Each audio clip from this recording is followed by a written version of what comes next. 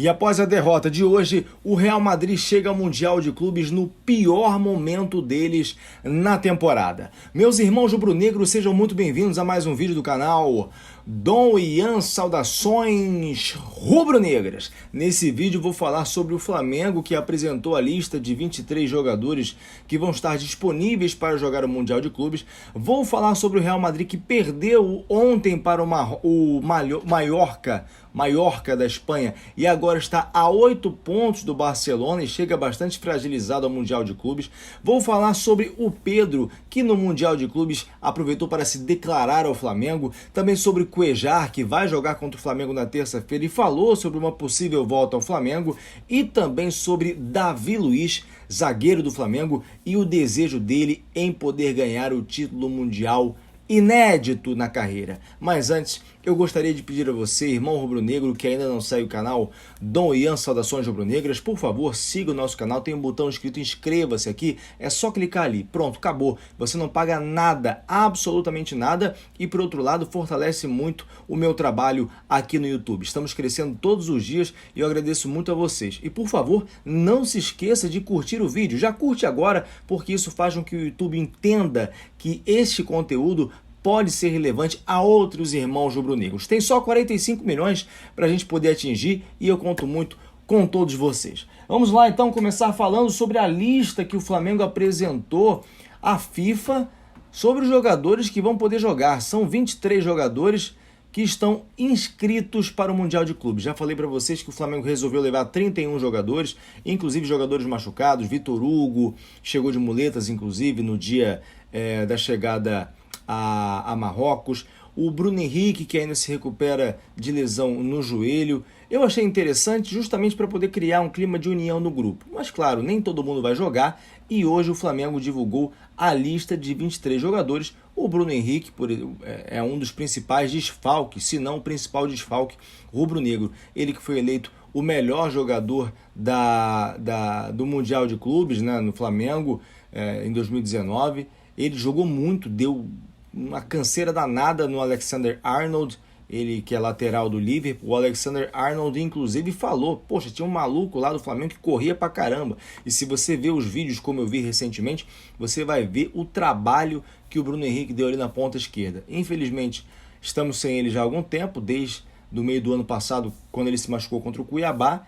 Ele deve voltar aí por volta de junho, julho, talvez não antes do que isso. E ele é sim o principal desfalque. Se você quiser conferir a lista completa, vai estar na descrição do vídeo. Lá você pode ter acesso aos 23 relacionados para poder jogar, entrar em campo no Mundial de Clubes. Agora vamos falar sobre aquele que, na opinião de todos, e segundo o desejo de todos, tem que ser o adversário do Flamengo, já pensando numa final. É claro que o Flamengo vai jogar a semifinal contra o Al Hilal, como já falei no vídeo anterior, na próxima terça-feira, amanhã no caso, às 16 horas. Eu espero muito poder assistir esse jogo, vou ter muito trabalho nesse dia, mas eu espero conseguir terminar tudo a tempo da partida. Não sei onde vocês vão assistir, inclusive quero saber onde você vai assistir, com quem você vai assistir, deixe seu comentário aqui. O Real Madrid, ele chega no pior momento dele na temporada ao Mundial de Clubes. Isto porque eles perderam para o Mallorca ontem, domingo, pelo placar de 1-0. O Courtois, já não bastassem alguns desfalques que o Real Madrid tem, a exemplo do Mendy, que vai ficar 2 meses fora, o Benzema e o Militão, que se machucaram contra o Sevilha e não se sabe ao certo se vão ou não jogar o Mundial de Clubes. Já não bastasse a ausência desses jogadores, pelo menos momentânea, o Real Madrid ainda perdeu o goleirão Courtois, para muitos o melhor goleiro do mundo na atualidade. O cara se machucou no aquecimento. E aí, perderam o jogo e eles estão agora a 8 pontos do Barcelona. O Ancelotti já falou que para ele o campeonato espanhol é mais importante. Falei isso no vídeo anterior. Se você não assistiu, vai lá e assiste.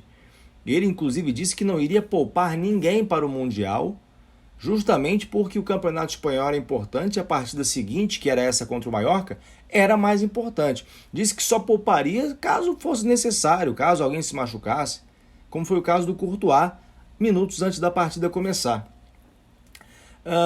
O Barcelona não está jogando nada demais, mas está ganhando as partidas. E desde da Copa do Mundo, desde o retorno da Copa do Mundo, o Real Madrid já deixou escapar muitos pontos. Deixou escapar 8 pontos ao todo, por isso é o segundo, contra o Villarreal, Real Sociedad, contra o Mallorca agora. Então eles vão com esse peso de estarem a 8 pontos do maior rival, sendo que o maior rival não está jogando um primor de futebol. Fora o fato de que eles foram humilhados na final da Supercopa da Espanha. Tomaram uma cacetada do Barcelona. Então, eles chegam no Mundial de Clubes na seguinte situação. Se a gente ganhar, ninguém vai ligar. Porque a realidade é que lá na Europa eles não dão a ênfase que nós damos aqui a esse campeonato.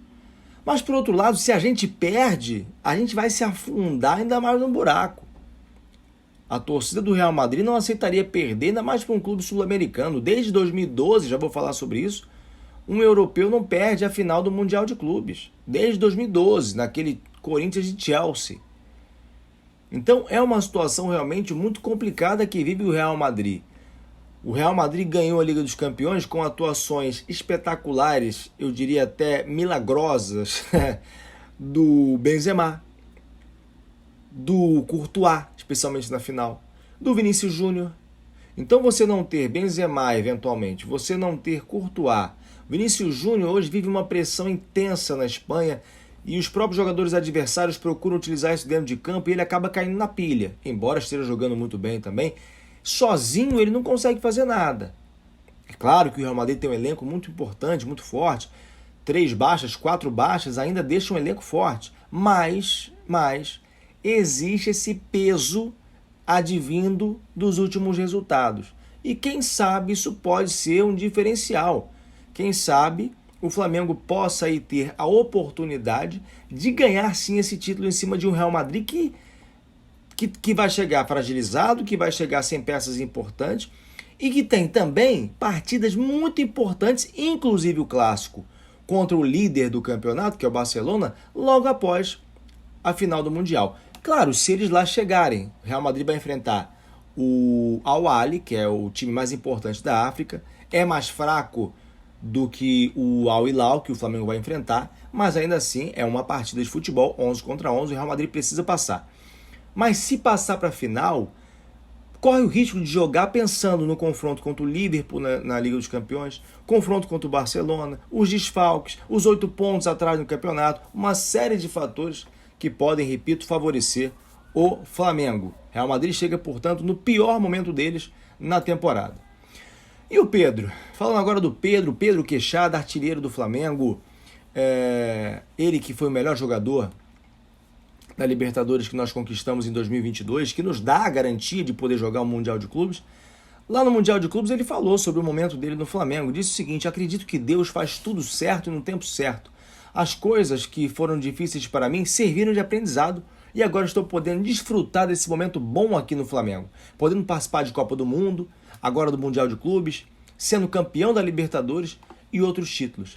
Ele que só teve a oportunidade depois, infelizmente é claro, da saída do Bruno Henrique por lesão, em determinado momento foi cogitado no Palmeiras. Houve uma força muito grande da imprensa, principalmente a imprensa paulista, em gerar uma insatisfação do Pedro, em divulgar uma insatisfação do Pedro, que a mãe dele tinha chorado e etc, enfim, para colocá-lo no Palmeiras. Graças a Deus, Paulo Souza saiu, veio o Dorival e encontrou um jeito de encaixá-lo ao lado de Gabigol.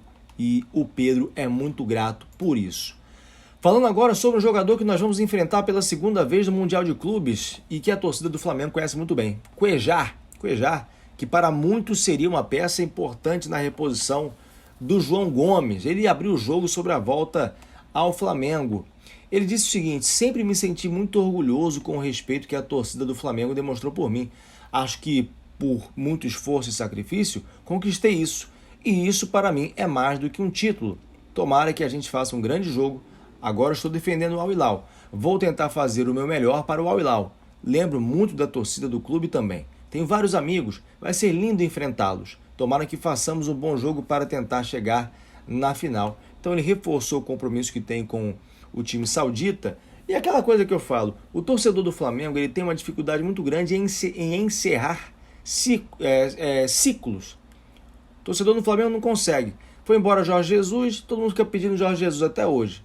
Lá se vão quase 5 anos desde quando Jorge Jesus aterrissou no Rio de Janeiro. Vai embora o Michael, já quero o Michael de volta. Cuejá foi embora em 2019, não fez parte daquela reta final espetacular de 2019, foi embora em agosto, mas todo mundo, o Cuejá. Vamos um pouco lá atrás, Adriano, toda hora, não, Adriano vai voltar. O torcedor do Flamengo tem uma dificuldade em encerrar círculos que foram positivos. Não sei se vai voltar o Cuejá, não sei se ele faria parte ou se ele é um jogador que combina com o momento atual do Flamengo. Ele chegou numa outra época do Flamengo, tal como o Ilharão, o Rodinei, enfim. Mas para muitos ele tinha que voltar. Ele reforçou o compromisso que tem com o clube hoje que lhe paga o salário. Agora, para finalizar, vou falar de Davi Luiz, jogador que chegou em 2021, acabou não tendo muito sucesso, perdemos aquela final da Libertadores em Montevidéu. Ele consegue se recuperar, vira peça importante no sistema defensivo do Flamengo ao lado de Léo Pereira, ganha a Copa do Brasil, ganha a Libertadores da América e tem agora a oportunidade de ganhar um título que ele perdeu em 2012, como eu falei agora há pouco, perdeu para o Corinthians. Foi a última vez em que o sul-americano ganhou a competição que agora o Flamengo está disputando e que esperamos ganhar, né? Ele disse o seguinte, o Davi Luiz, abre aspas, como jogador você sempre quer participar das maiores competições e o Mundial de Clubes é algo que todos os jogadores querem disputar. Ainda não tem um título no Mundial de Clubes, então vou agora em busca disso. Ele é um dos 7 jogadores que tem a oportunidade de jogar pela segunda vez o Mundial, mas ele é o único que não é remanescente lá de 2019. Justamente porque ele, quando disputou a primeira vez, disputava por outros times, disputava pelo Chelsea. Todos os demais jogadores, os 6, né, que vão ter a oportunidade de jogar outra vez, todos disputaram usando a camisa do Flamengo. Se o Bruno Henrique pudesse jogar, estivesse relacionado, o número subiria para 8 jogadores que jogariam o Mundial pela segunda vez. Existe um tabu, desde 2012 não há um sul-americano que vença.